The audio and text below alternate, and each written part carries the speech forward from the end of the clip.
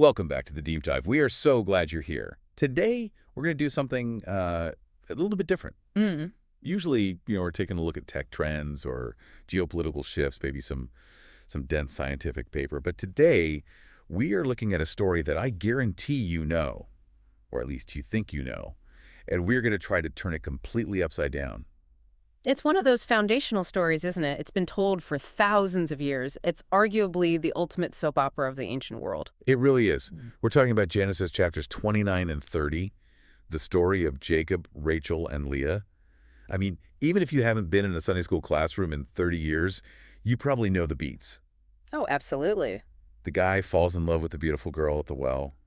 He agrees to work 7 years for her. Then he gets tricked by the father-in-law into marrying the older, less attractive sister.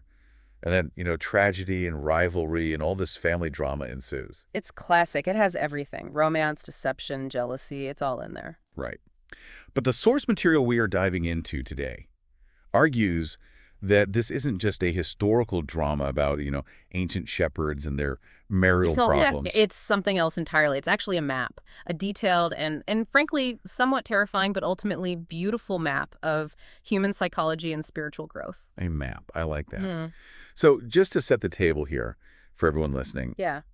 we aren't doing a typical historical critique or a standard Bible study, not at all. Right. We're digging into a text called The Cross and the Consolation, a mystical Genesis commentary. And specifically, we are looking at the writings of a figure named Madame Guyon. Now, before we get into the text itself, we probably need to explain who she is, because she's a fascinating character in her own right. She wasn't exactly a typical theologian, was she? Not at all, no. Jean-Marie Bouvier de la Motte Guyon, or Madame Guyon, was a French mystic in the late 1600s. And when we say mystic, we don't mean crystal balls or anything like that. We mean someone who is obsessed with what she called the interior life, the direct, unmediated union of the individual soul with God. And she was so intense about it, so radical in her views on prayer and especially on suffering, that she was actually imprisoned. Wait, imprisoned? Oh, yes, for years, in the Bastille. The Bastille? Yeah. The famous French prison, just for writing commentary on the Bible. That seems extreme. It was. But the religious authorities of her time, the established church, they felt her ideas were dangerous. She taught that you didn't necessarily need all the external structures of religion to find God. You needed to go inward. Okay, so she was bypassing the middleman, so to speak. In their view, yes. Yeah. And even more controversially, she taught that suffering wasn't something to be avoided, but to be embraced.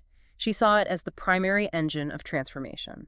So when we read her take on Genesis, we're not reading some dry academic in an ivory tower. We are reading a woman who wrote from a place of deep personal suffering and persecution. Wow, that had some serious stakes to this whole thing. Yeah. So for her, Jacob isn't just a man named Jacob. He represents something more. Exactly. He represents the soul, or the believer. And these two women, Rachel and Leah, they aren't just rival sisters. They are competing states of mind. They are stages in this journey of the interior life. Okay, so that's our mission today. We're going to decode this allegory. We're going to try to figure out why, according to Guyon, getting exactly what you want, the Rachel in your life, might actually be a trap. And conversely, why getting what you dread, the Leah, might be the ultimate gift. It brings up this really fascinating tension between what she calls sweetness on one hand and the cross on the other. It challenges everything we think we know about success, happiness, and spiritual maturity. I have to admit, reading through the notes on this, I found myself getting a little defensive. Oh, it's a very confronting message. Yeah, it's not exactly feel good at first. No, it's not. It attacks our comfort zones directly. But I think if you stick with it, if you follow the logic of the map, it offers a kind of resilience that the feel-good stuff just can't provide. Okay, let's unpack this. Because I think to really get it, we have to meet the cast of characters again. But this time, we aren't looking at them as historical people from 3,000 years ago. We're looking at them as symbols in a psychological drama happening inside of us. Precisely. Let's start with the protagonist. Let's start with Jacob. So on the biblical surface, Jacob is, well, he's the schemer, isn't he? Oh. He's the guy who tricked his brother out of his birthright. He's the shepherd, the grandson of Abraham. But in this mystical reading, who is he? In Guyon's commentary, Jacob plays a bit of a dual role, which can be a little fluid at times. Primarily, he represents the soul, the individual believer who has been chosen by God. He represents you, the listener. He is the will, the decision maker, the one who is traversing this interior landscape. Okay, so Jacob is me, or us. Yes, but, and this is where it gets interesting, at times, Guyon also uses him to represent the divine nature within us, or even Jesus Christ acting as the shepherd of the heart. So he's both the flock and the shepherd, in a sense. It's a little confusing. It can be, but for the sake of the narrative drama today, I think it's best to think of him as the seeker. He's the one looking for love, for union, for fulfillment. That's his driving motivation. Okay, the seeker. I can work with that. So Jacob, our seeker, travels to the east. He comes to a well and he meets Rachel. And in the Bible, Rachel is the stunner. She is described as beautiful and well-favored. She's the obvious love interest. She is. She's the dream girl, the one he falls for instantly. But in the mystical dictionary that Guyon is using, Rachel represents the way of light, sweetness, and contemplation. That sounds objectively good. I mean, who doesn't want sweetness and light? If I'm looking for a spiritual path, the way of light sounds like the brochure I'd pick up first. Exactly, and that's the hook. That's the whole point. Rachel represents the natural love of spiritual things. She is that feeling you get when everything is going right in your faith. You feel connected, you feel warm, the worship music gives you goosebumps, the insights from your reading come easily. It's the spiritual high. It is comforting, it is beautiful, and it attracts the soul immediately. So Rachel is the honeymoon phase. She's the part of religion or any spiritual practice that feels good. Yes, she's the emotional reward. And Guyon is clear, there is nothing inherently evil about Rachel. We are drawn to her by design. But, and here is the massive life-altering but, Rachel is initially barren. Right. In the story, she can't have kids for a very long time. And Guyon argues that while Rachel is beautiful to look at, this state of constant spiritual comfort is actually a trap if you try to live there permanently. It becomes a form of spiritual indulgence. Trap how? Because it's loving the feeling of God rather than God himself. It's loving the gifts, not the giver. It's the way of light, but it's often a shallow light. It consumes, but it doesn't produce. It takes in all this good feeling, but nothing of substance comes out of it. Wow. Okay. So Rachel is the spiritual sugar rush. It tastes great, gives you a burst of energy, but there's no protein in it. You can't build a life on it. That's a great analogy, a perfect analogy. Now contrast that with Leah. Poor Leah. Yeah. I always feel bad for Leah. The Bible says she had weak eyes. Some translations say delicate. Others imply she just wasn't much to look at, especially compared to her drop-dead, gorgeous sister. She's the older sister, the one Jacob did not want. The consolation prize. The booby prize, yes. Yes. And yet, in this commentary, Leah is the hero. Or at least she is the engine of the entire story. Leah represents the way of the cross. The way of the cross. That does not sound like a fun brochure. No. It sounds like pain. Leah represents faith, stripped of feelings. She represents duty when there's no emotional reward. And she represents what Guyon calls the apostolic life. And we should probably define that. Yeah, apostolic usually makes me think of, the 12 disciples in robes. What does she mean by it here? She means a life that is sent out to bear fruit for others, a life of service, sacrifice, and generative power. But the cost of that power, the price of admission to that kind of life, is that you lose the sweetness. You lose Rachel. Leah represents the kind of suffering that refines you, that burns away the self-interest. So there's a paradox here. A huge one. To our natural senses, to our human eyes, Leah looks ugly. Nobody wants suffering. Nobody wants the cross. We want the sweetness. We chase Rachel. So if I'm understanding this map correctly, the entire drama of these two sisters fighting for Jacob's affection is actually a war inside our own heads, inside our own spiritual lives. It is. It's the conflict between our desire for spiritual pleasure, to just feel good and comforted, which is Rachel, and the absolute necessity of spiritual refining through difficulty, which is Leah. And Guyon is going to argue quite forcefully that while we chase Rachel our whole lives, we desperately need Leah. That sets the stage perfectly. So let's go to the first scene, the meeting at the well. It's in Genesis 29. Jacob shows up, he sees Rachel with her sheep, and he rolls this huge stone away from the mouth of the well to water her flock. Classic romantic gesture, right? He's showing off a bit. It looks like it on the surface. He's being the gallant knight. But Guyon, with her mystical lens, spots a tiny detail here that sets up her whole theology for the next 2 chapters. She contrasts this with the story of Rebekah from the previous generation. Jacob's mother. Exactly. Remember Rebekah? When Abraham's servant found her at a well, she was the one who drew the water. She drew water for him, for all his camels. She did the work. Right. She was active. She was the source of the water, in a way. But here, Rachel doesn't do anything. She just stands there with her sheep, and Jacob does all the work. Precisely. Guyon notes that Rachel, this way of sweetness, cannot provide the water. She is spiritually immature. She has no life of her own yet. The living water, which for Guyon represents grace or Jesus himself, must be provided by the source, by Jacob. So Rachel is high maintenance, spiritually speaking. In a sense, yes. This stage of sweetness is needy. It only receives, it doesn't give.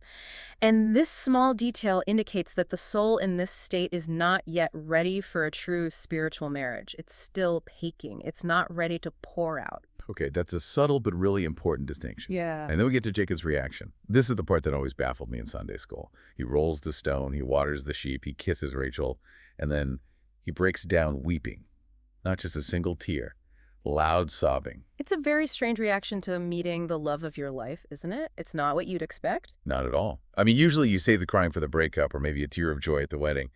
But wailing, it feels ominous. It feels out of place. It does, but Guyon offers a profound interpretation here. She says Jacob's spirit, the deep part of him, is experiencing a moment of prophetic grief. Prophetic grief. Yes, he looks at Rachel, this beautiful, sweet, comforting path that his natural self desires more than anything, and he knows deep down that she is not the one who will produce the Messiah. Whoa. Slow down. So he knows, even in that first moment of infatuation, that sweetness isn't the ultimate answer. His spirit knows, his deeper self. He knows that despite her beauty, this natural love of good feelings actually acts as a barrier to the ultimate goal. The source argues that the apostolic life, the life that actually changes the world and saves others, requires a purity and a stripping away of self that Rachel, the embodiment of comfort, just cannot provide. So he's crying because he loves her, but he knows she's a beautiful dead end. Is that too strong? It's strong, but it's close to the meaning. He cries because he sees that beauty and sweetness alone cannot save the world. Only the lineage of the cross, which he somehow intuits must come through. Leah can produce Jesus. It's a moment of mourning the limitation of our own desires. So he's mourning the fact that what he wants isn't what's needed. Exactly. We want the comfort to be enough. We want the nice feelings to be the whole package. But his spirit knows they aren't. It's a grief for the path not taken, even as he's about to take the path he wants. That brings a whole new layer to the love at first sight moment. It's not a simple romance, it's a tragedy from the very first kiss. He's kissing the thing he wants and simultaneously mourning the thing he needs. That is a perfect way to put it. And that dynamic, that tension, leads us right into the famous 7 years. Jacob agrees to work 7 years for Laban to earn Rachel's hand in marriage. And the text says something very poetic. They seemed unto him but a few days for the love he had to her. Which is incredibly romantic. I mean, that's the line you put on a wedding invitation. It's beautiful. But what does the mystic say about it? Is this a good thing? Guyon says this is God's mercy. God allows us to have this natural love for spiritual things in the beginning. Think about when you first get excited about a new project or a cause or a new faith journey. It feels easy, right? Hey, you're running on adrenaline and passion. Exactly. You can work 7 years and it feels like nothing because you are running on that dopamine hit of, I love this. That's the power of Rachel. So the Rachel stage is basically the engine for the early part of the journey. It's the fuel that gets you started. It is. We serve God or we pursue truth because it feels good. We are motivated by the reward, the hope of getting Rachel. And Guyon says this is a weakness, strictly speaking. When weakness, why? Because we are acting out of self-interest. We're doing the work to get the feeling. But, she says, it is a useful weakness. God uses it to get us to do the work. If we knew how hard the journey was actually going to be, we might never start. So the sweetness is the bait. That is incredibly practical, but also a little manipulative. It sounds like God is luring us in with candy, knowing he's going to switch it out for vegetables later. Well, if you think that's manipulative, wait until you get to the wedding night. Because that is where the manipulation, or what Guyon calls the holy trick, really happens. Right. The great deception, the bait and switch. This is the pivotal moment of the whole story. It's in Genesis 29. The 7 years are up. The wedding feast happens. It's a big party. It gets dark. Jacob is led into the tent. He thinks he's won. He's put in the 7 years of labor. He's earned the prize. He is riding the ultimate high. He's at the absolute peak of that Rachel experience. And this is crucial for Guyon's map. She paints this picture of the soul entering into what it thinks is the ultimate union with God. You've done the Bible studies, you've gone to the retreats, you feel this immense, overwhelming love and connection. That is Jacob entering the tent. He is expecting Rachel. He is expecting sweetness. And the text is so sparing here, so stark, but the implication is just terrifying. He wakes up, the morning light hits the tent, he looks over, and it is not the woman he loves. It's her sister, the one with the weak eyes, the one he explicitly did not want. Can you imagine the betrayal, the shock, the sheer confusion? Guyon says we have to sit in that shock for a minute, because spiritually, this is the bait and switch of the Christian life. You signed up for the peace that passes understanding. You signed up for joy and comfort. And instead, you wake up to duty. You wake up to dryness. You wake up to suffering. You wake up to Leah. And in the morning, behold, it was Leah. Such a simple, devastating line. It's brutal, and Guyon uses a very specific phrase here that might sound strange to our modern ears. She calls it a happy deception or a holy artifice, a trick played by God. Wait, hold on. A happy deception, a trick? That sounds cruel. I mean, we're talking about God here. Isn't he supposed to be truth itself? Why is he tricking people into marriages they didn't ask for? That feels like a breach of contract. That is the question, isn't it? That's the objection every believer has when things go wrong. I did my part, God. Where is my Rachel? This isn't what I signed up for. Exactly. And her answer is fascinating and deeply psychological. She argues that if God showed us Leah, the cross, the suffering, the self-denial, the long, hard slog of faith right at the beginning, we'd never sign the contract. Would run away screaming. We would. We are too weak. We were too addicted to pleasure. So he uses Rachel as the bait. He uses the feeling of love to get us into the tent, to get us committed. And once the vows are said, once the covenant is made, once the soul is dedicated, then he reveals the true partner. Because once you're married, you're married. You can't just walk away so easily. Exactly. You are locked in. You're committed. And Guyon says this is necessary. She writes that God substitutes the cross, Leah, in the place of comfort, because he knows that comfort cannot mature us. Comfort makes us soft. Suffering makes us strong. So Jacob wakes up and he's furious. He goes to his father-in-law Laban and says, "What is this you have done to me? I served for Rachel. Why have you tricked me?" And that complaint right there exposes the truth. It exposes the soul's hidden motive. Jacob, and by extension us, was serving for the reward, not for the master. Ouch. We wanted the gift, not the giver. The switch reveals that our service was actually rooted in self-love the whole time. We wanted the good feelings Rachel gave us. So the disappointment I feel when my spiritual life gets hard is actually proof that I was in it for the wrong reasons to begin with. It's proof that you were in it for the Rachel, for the consolation, not the cross. And here's where it gets really interesting. Guyon makes this distinction between the day and the night. Okay, lay it on me. How does that change things? She says that in the daytime, when things are clear and easy, when we are looking with our natural eyes and our senses, we love Rachel, of course we do. She's beautiful. We love visible comfort. We hate Leah because she looks like suffering. That makes sense. But the spiritual life inevitably enters a night. A dark night of the soul, if you want to use that classic term. A time of confusion, of dryness, of apparent abandonment. And in that darkness, in that tent, who do we possess? We possess Leah. That's who is in the tent with us. We possess Leah, the cross. And Guyon says something really beautiful here. She says that while Leah looks unappealing to the natural eye in the daylight, in the union of rest, in the darkness, the cross becomes just as delightful as the sweetness was. It's a different kind of delight, but it's deeper. So once you stop fighting it, once you accept that this is your reality now, it becomes beautiful in its own way. She argues that faith, true faith, not sight, loves Leah. Why? Because faith knows she is fruitful. The natural man, our ego, hates her because she represents suffering. But if you can embrace her in that darkness, you find a depth of intimacy, a solidness that the fleeting sweetness of Rachel could never, ever give you.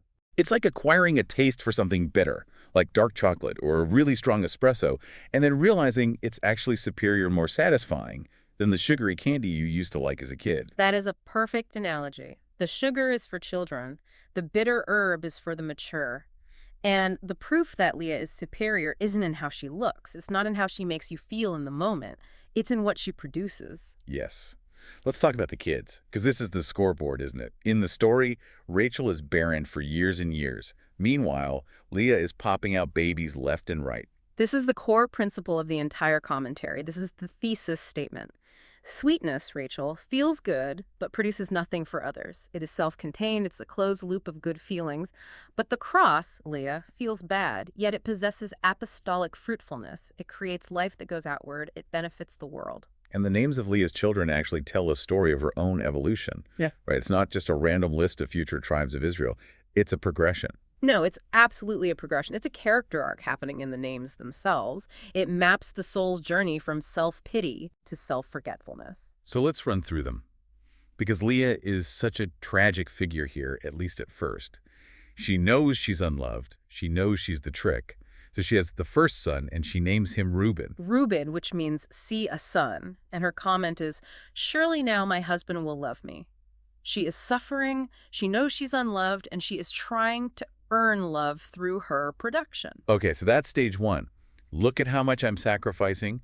Look at what I produced for you. Validate me. Love me. Exactly. It's the martyr complex. I'm suffering so much for God. Surely he owes me some affection now. He has to notice me. Then comes the second son, Simeon. Simeon means heard. Yes, and she says, because the Lord has heard that I am hated, he has given me this son also.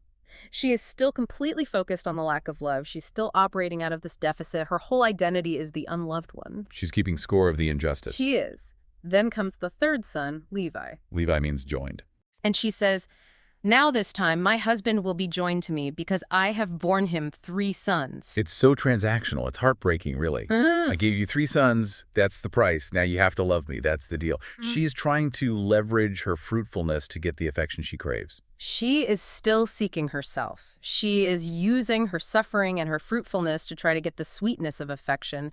She wants to turn Leah into Rachel. She wants the suffering to pay off in comfort. But then something shifts. We get to the fourth child, Judah. Judah.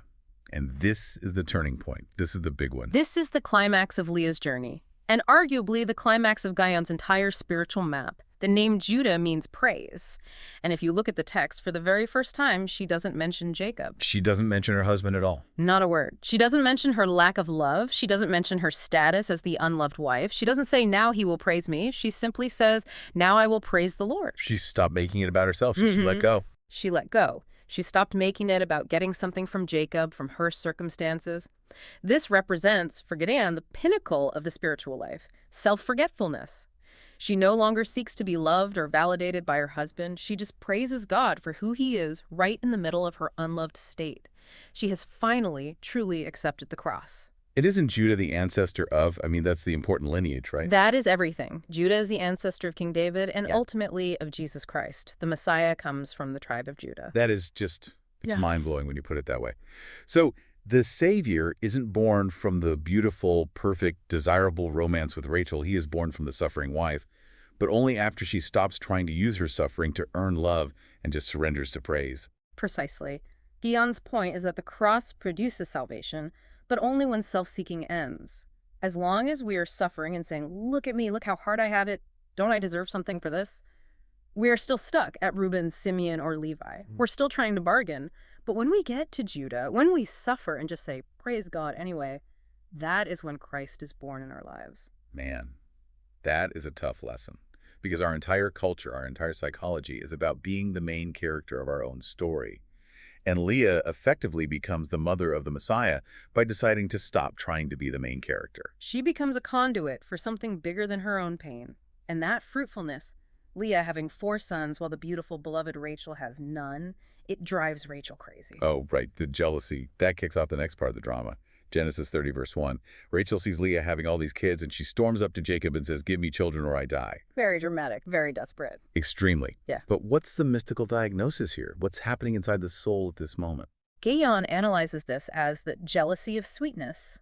Rachel, the part of us that wants to feel good, the part that's addicted to comfort, sees that the cross, Leah, is getting all the results. It sees the virtue, the strength, the spiritual depth that comes from suffering.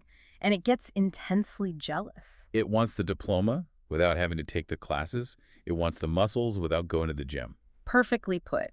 It wants the results of suffering without the pain of suffering. Rachel wants to be fruitful, but she refuses to be Leah.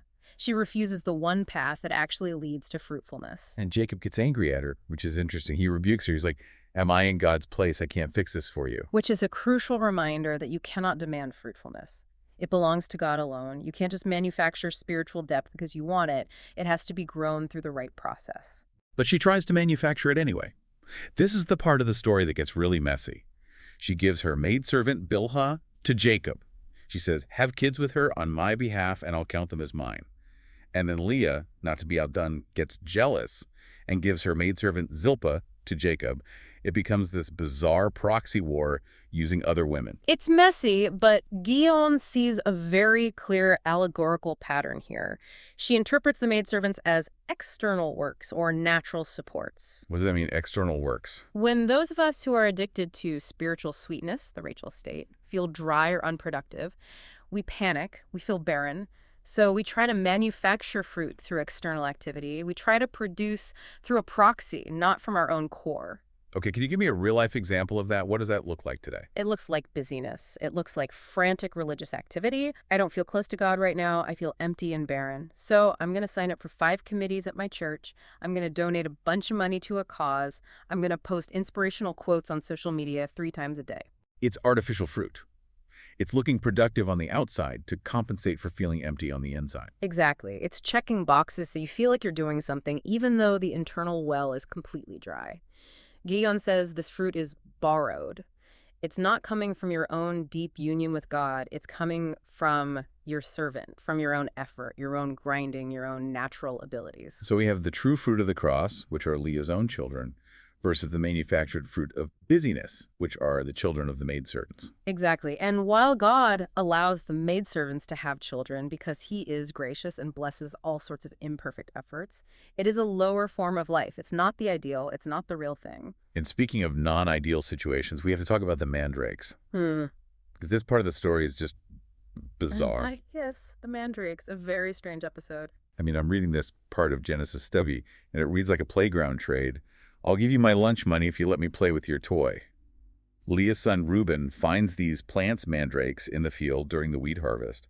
Rachel sees them and wants them. Leah gets defensive and says, no way, you already stole my husband. And then they make this crazy deal. It's a very strange transaction on the surface. Rachel gets the plants, and in exchange, Leah gets to spend the night with their shared husband, Jacob. It feels petty. And a little demeaning for everyone involved. It seems petty, but Guyon sees a profound divine transaction here, a moment of deep spiritual truth.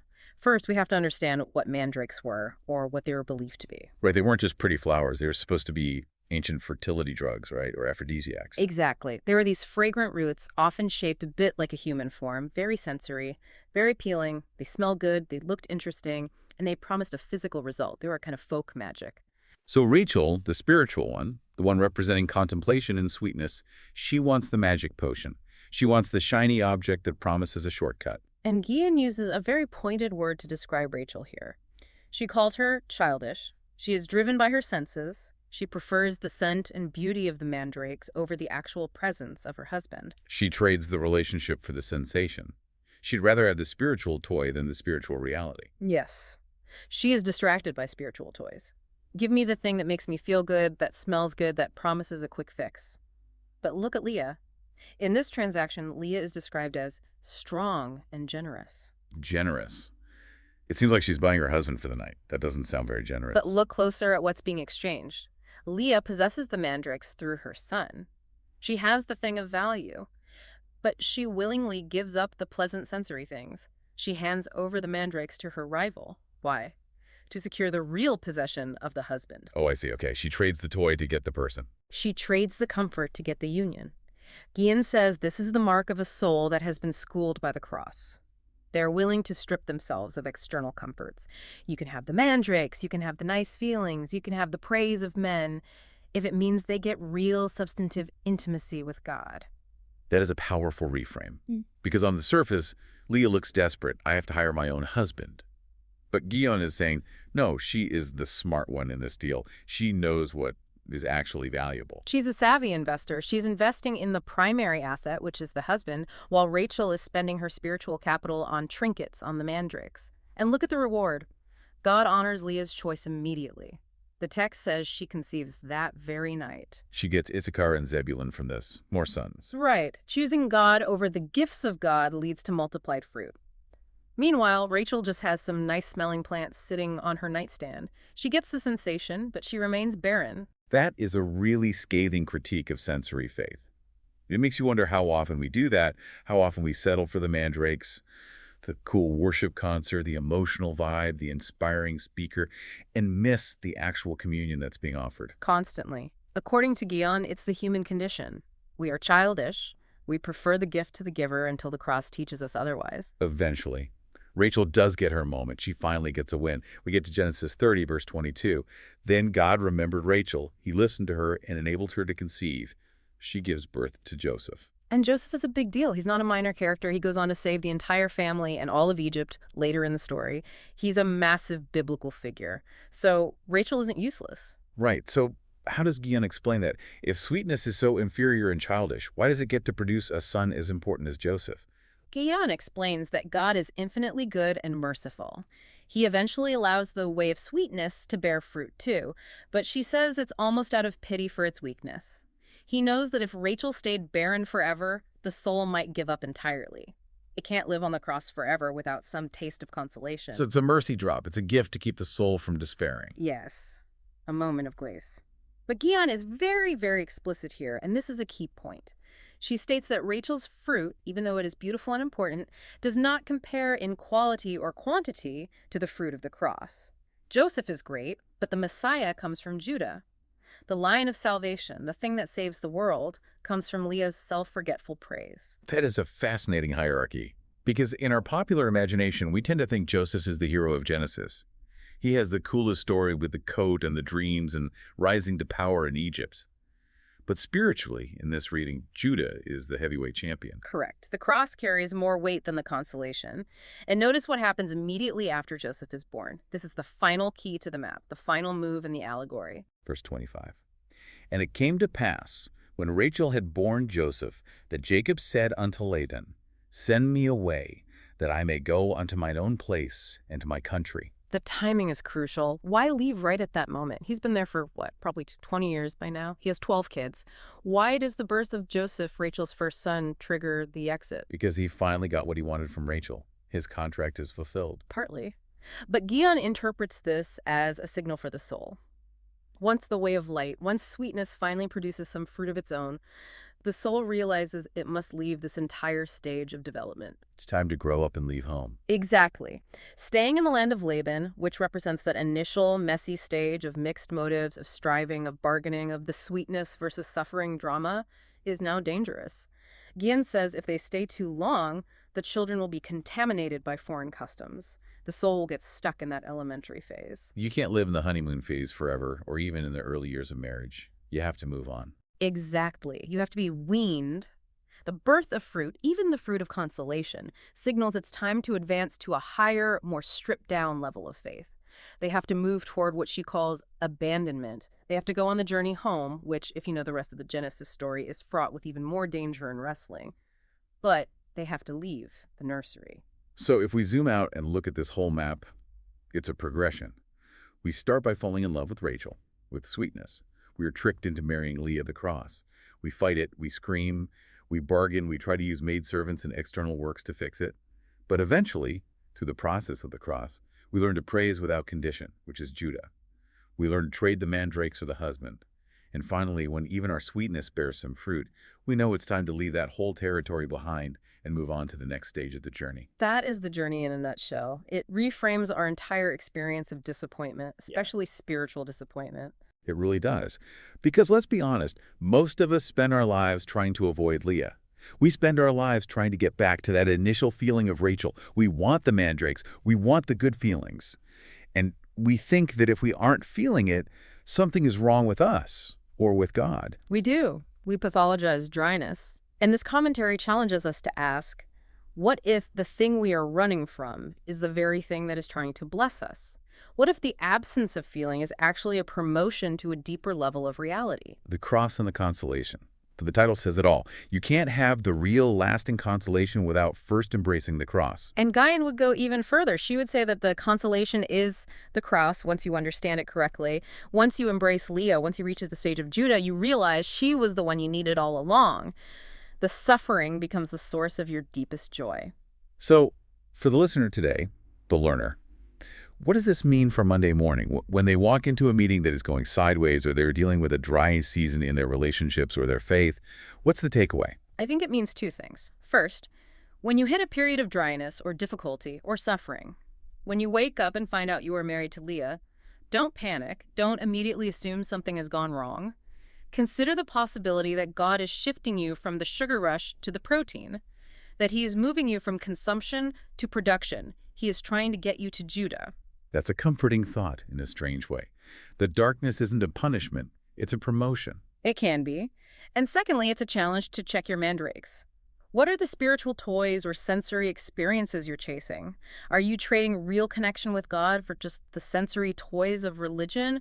Good feelings, nice worship music, validation from your community?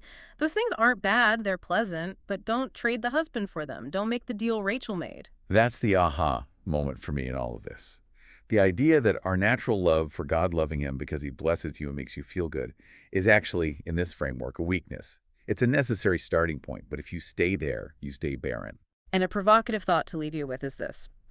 Madame Guyon suggests that if we always got what we wanted, if Jacob had just married Rachel and lived happily ever after and never had to deal with Leah, there would be no Judah. There would be no David. There would be no Messiah. If we got the constant spiritual satisfaction we crave, the human race, in this allegory, might remain spiritually sterile. So, getting what you dread might be the only way to birth what the world actually needs. Precisely. Well, on that note, I'm going to go reread Genesis with a completely different pair of glasses on. Yeah. Thank you for walking us through this interior map. It's a lot to think about. My pleasure. It's a deep dive that keeps on giving. Thanks for listening, everyone. We'll see you on the next deep dive. Keep digging.